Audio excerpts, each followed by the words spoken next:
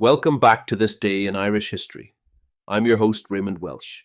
Today, we turn our attention to an audacious but ultimately unsuccessful attempt by the Fenian Brotherhood to seize Chester Castle in England on February 11, 1867.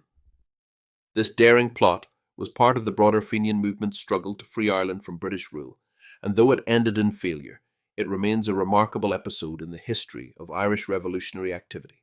By the mid-19th century, the Irish Republican Brotherhood, IRB, and its American counterpart, the Fenian Brotherhood, were growing increasingly bold in their efforts to challenge British rule in Ireland. Many Irish nationalists believed that the only way to achieve independence was through armed rebellion. However, the Fenians lacked the weapons and military infrastructure to stage a successful uprising. So they devised a plan to seize British armories and stockpiles.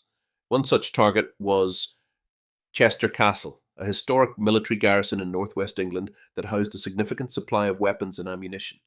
The plan, orchestrated by Irish nationalist John McCafferty, involved assembling a force of Fenians, many of whom were Irishmen working in England, to storm the castle and seize its arms. The ultimate goal was to transport the weapons to Ireland and use them to support a broader rebellion. Word spread through Fenian networks, and on the morning of February 11th, an estimated 1,500 Fenians began converging on Chester from Liverpool, Manchester, and other parts of England. Some even travelled from Ireland, slipping across the sea to join the planned assault. However, the entire operation was compromised before it even began. British intelligence had infiltrated the Fenian movement, and a police informant leaked details of the plot to the authorities. As a result, British forces were on high alert.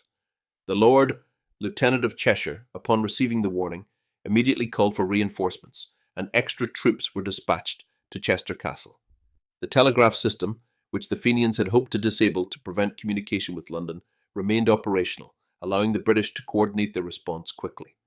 When the Fenians arrived in Chester, they found the castle heavily guarded, with soldiers patrolling its walls and key positions reinforced. Realizing that their plan had been discovered and that they faced overwhelming resistance, the leaders of the operation ordered a retreat. Some of the Fenians attempted to flee back to Liverpool and Manchester, while others tried to return to Ireland.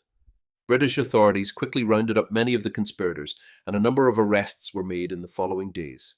The failure of the Chester Castle raid was a significant blow to Fenian plans for a widespread uprising in Ireland.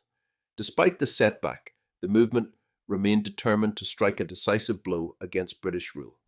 Just a month later, on March 5th, 1867, the Fenian Rising took place in Ireland, though it too ended in failure due to poor planning, limited arms, and swift British suppression.